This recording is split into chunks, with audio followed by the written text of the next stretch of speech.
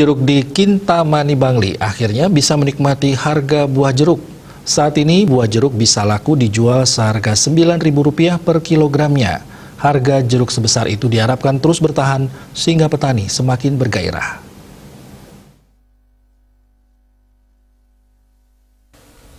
Inyoman Sandro, petani jeruk dari Desa Bayung Gede, Kintamani, mengatakan sekarang buah jeruk lumayan harganya. Jeruk berkualitas bagus Rp9.000 per kilogram, yang kualitas paling rendah mencapai Rp6.000 per kilogram.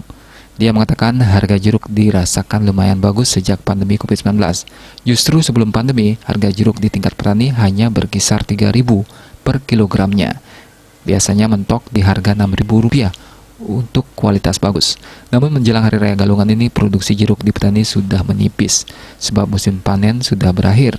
Musim panen jeruk Kintamani biasanya mulai pada bulan Juni, sedangkan puncak musim panen pada bulan Juli-September. Bagusnya harga jeruk saat ini juga diakui petani jeruk lainnya.